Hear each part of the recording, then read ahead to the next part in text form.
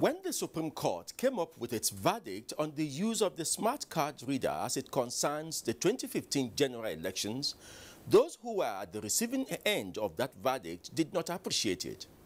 Now, in furtherance of the synergy between the courts and the lawmaking arm of our democracy, which is the National Assembly, the National Assembly has taken steps to harmonize that court pronouncement and make the smart card reader a legitimate and legal part of our electoral system. That is what we shall be talking about on the scale in this edition. Welcome to the program. I am Femi Okeowo.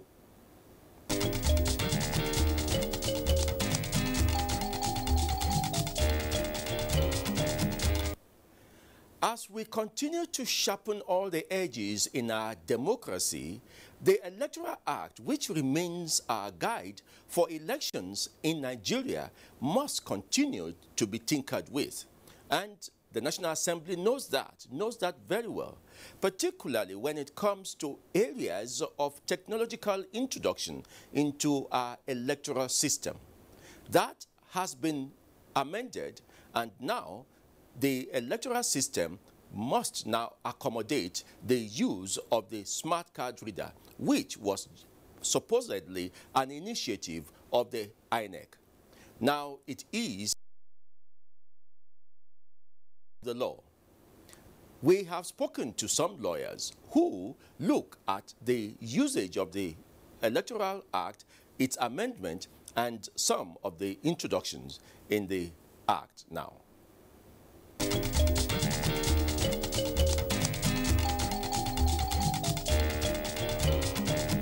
What's your opinion about what the National Assembly is doing and now that it's been accepted? I want to say that confusion continued until the Supreme Court made its pronouncement, and to that extent that obviously determined the issue as to the legality or otherwise of the use of the card reader at that point in time. But now we are on a new slate, and a clean slate for that matter, and we now feel that 2 years moving on to the 2019 election, we must be sure as a people what we have to have on ground in order to be sure of the nature and the pattern of the election that we are going to confront come 2019. And happily, there are so many reforms going on, so to speak. The one set up by the executive, headed by the former Senate President Kenneth Nnamani, and then the moves being made at the National Assembly to make sure that the Electoral Act is tinkered with in the way and manner to reflect the reality on ground, and the way and manner that the 2000 election will pan out in a way, obviously, that will be in accord with the wishes of the people and reflect the consciousness of our people to a large extent. Ultimately, the whole move is towards ensuring that we have a credible, free and fair election, and that the purity and integrity of the election is not compromised, so to speak. So I think I'm in agreement with all the efforts being made, and I want to urge that we finalized everything early enough so that the training and sensitization and education enlightenment of the citizenry will take place sufficiently early enough so that people will know exactly what they are likely to confront come 2019. If we're able to put all this in place, I look forward to a very, very good election. At that time, people thought that the Supreme Court should not have made that pronouncement. Well, the Supreme Court's hand cannot be tied, so to speak. Again, it depends on the issues that were canvassed and the grounds of appeal that were obviously filed by parties. Incidentally, I was also part and parcel of that litigation, as the case may be, and to that extent, I knew from the onset and from all that happened, coming up from the tribunal and all to the Court of Appeal and so on, and so, that issue was very, very cardinal and fundamental in the determination of the disputes that are raised, and to that extent, there was nothing that would have prevented the Supreme Court from weighing in one way or the other on the issues raised without necessarily failing to address the issue properly. So they needed to address the matter, and they did so. We initiate moves, but do not back them with laws, because that pronouncement by the Supreme Court has now been justified with the moves that's been made to legalize the electronic voting system. Well, the e-voting system is a move in the right direction at any point in time. And yes, I agree with you entirely that what is being done now by the National Assembly is to put a stamp of authority on the pronouncement of the Supreme Court to an extent, in other words, validating in form of legislation what the Supreme Court pronouncement was. So to that extent, we are now moving from public policy to statutory pronouncement or enactment, as the case may be. One can be deviated from one way or the other, but one is static in the sense that it is a legislation unless it is repealed.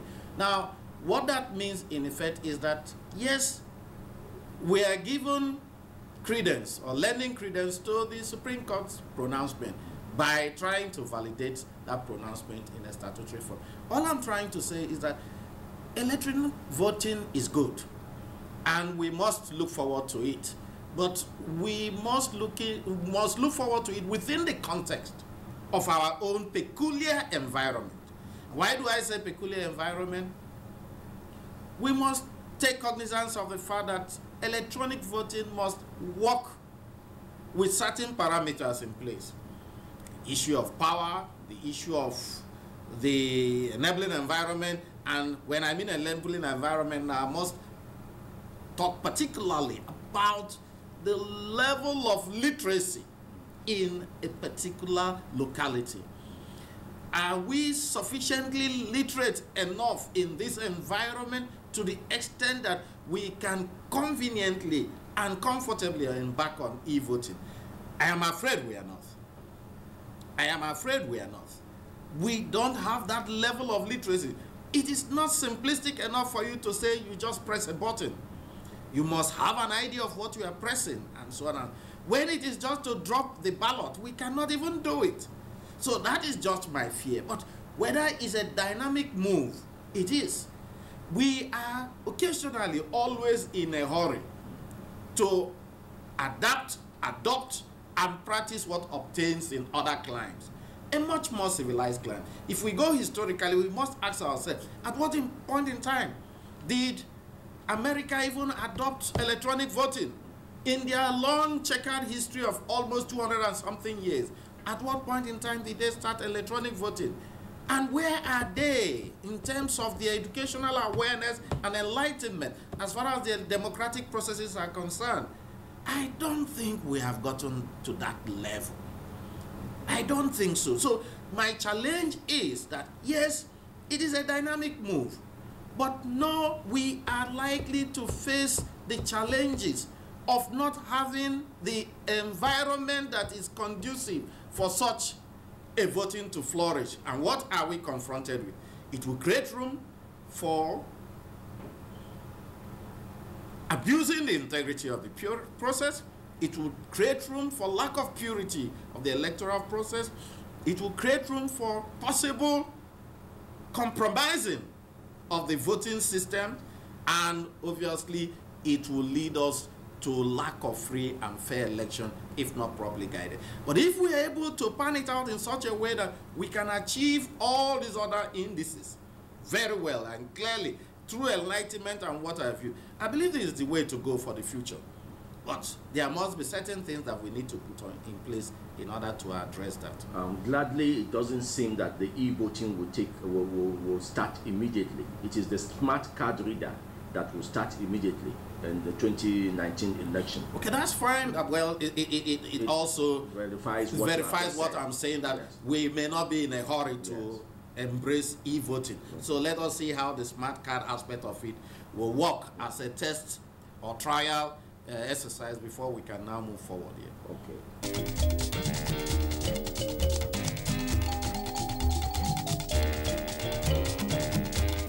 As if to validate and justify the position of the Supreme Court in a number of cases during the 2015 general elections, the National Assembly has made amendments to the Electoral Act. What are your observations about these amendments and how far it can help our electoral system, particularly the process of accreditation before we go to voting? Well, the decision by the National Assembly to amend the Electoral Act is to bring in line the manuals or the guidelines of INEC, most especially when it relates to issue of accreditation. Before the 2015 general election, elections were conducted and accreditation were done on a manual basis. But in 2015, Independent National Electoral Commission introduced the smart card for the purposes of verifying a voter, who has already registered and has his name in the voters register. That does not mean that a person whose name is in the voters register and the smart card is unable to verify him, that does not mean he is not a registered voter. And that explains why the Supreme Court, in the cases of Rivers, Akwa Ibom, and Gombe, in the governorship election, decided that for the purposes of accreditation, you are not only to use the smart card, you are at the same time to use the smart card in conjunction with the voters register and incident report for the purpose of determining who are the people that are actually registered voters. But now the amendment allows for the use. What does the amendment say now? The amendment now is bringing the guidelines into the main fold of the law. Okay. Before it was a guideline.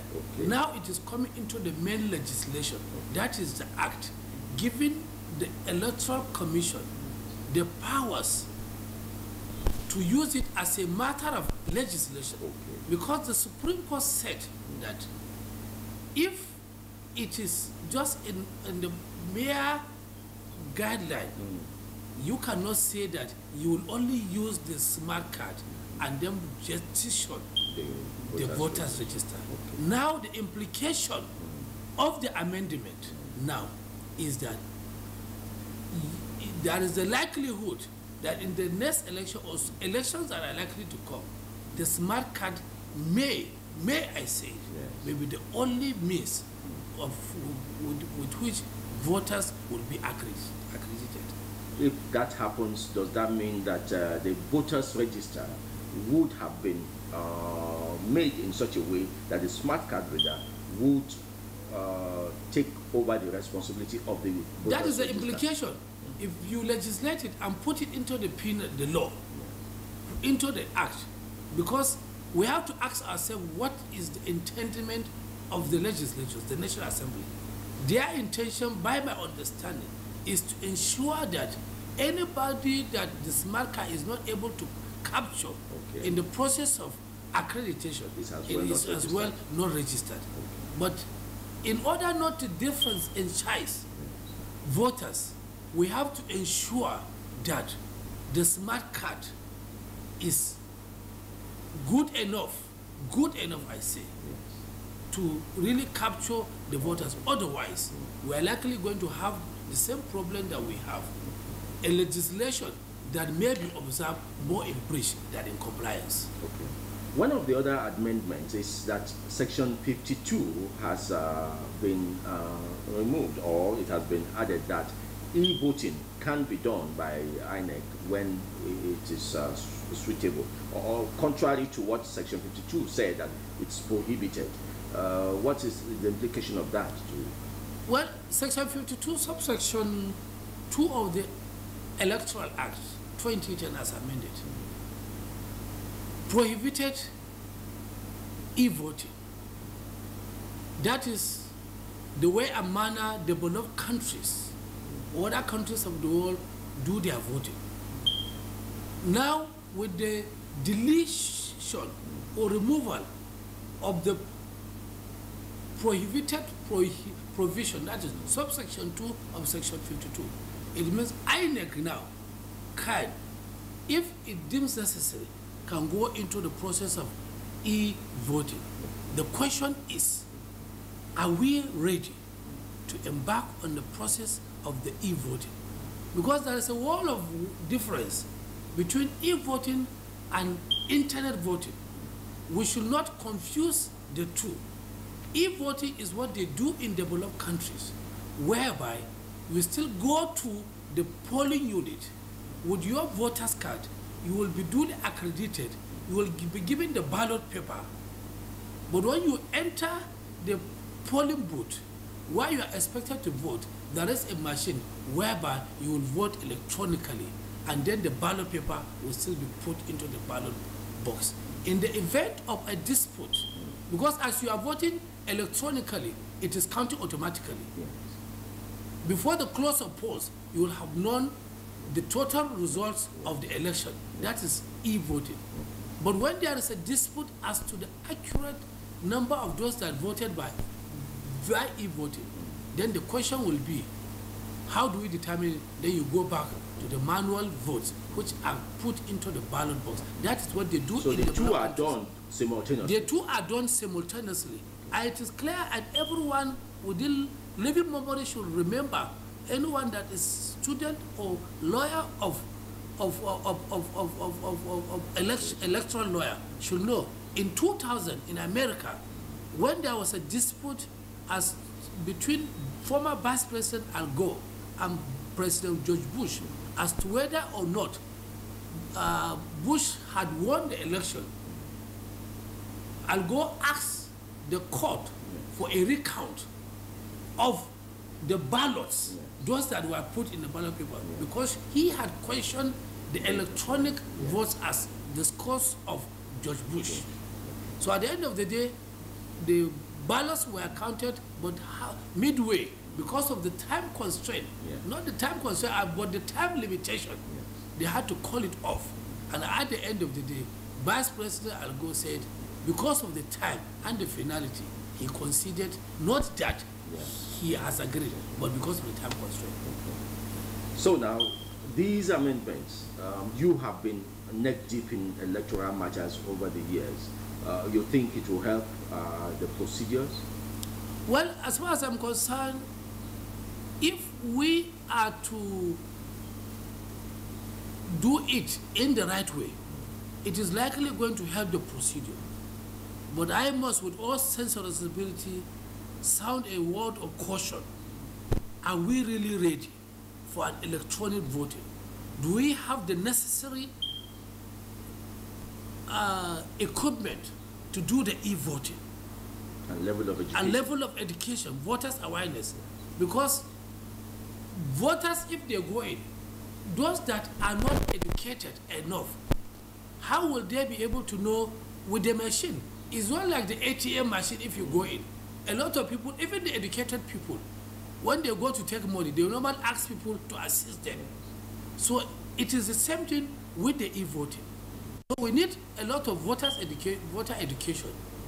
And secondly, we need people to be educated in the use of the electronic gadgets. And furthermore, we have to improve on the power situation, because polling units in Nigeria, you can imagine a country with 774 local governments, with hundreds and thousands of polling units across the country. Will we be able to cover the entire neck and breadth of this country? Because I must say, with all sense of responsibility, we have talked of registration of voters. We are to register voters using the data bank, as the Nigerian immigration are using their own data bank for the purposes of issuance of passport. But what did we have at the end of the day? mere laptops were used to register voters.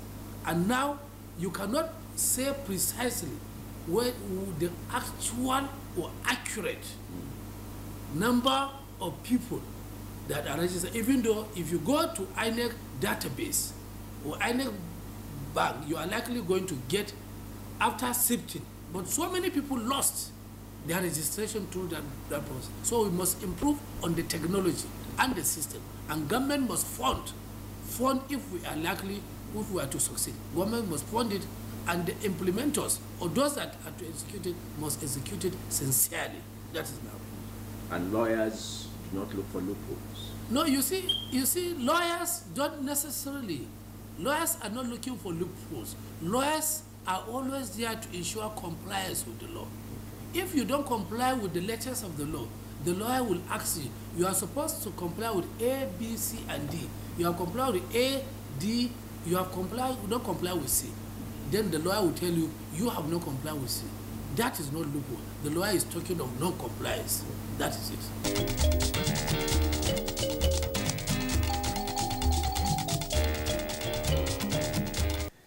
These are lawyers who have been involved in electoral litigations, and so they know the loopholes.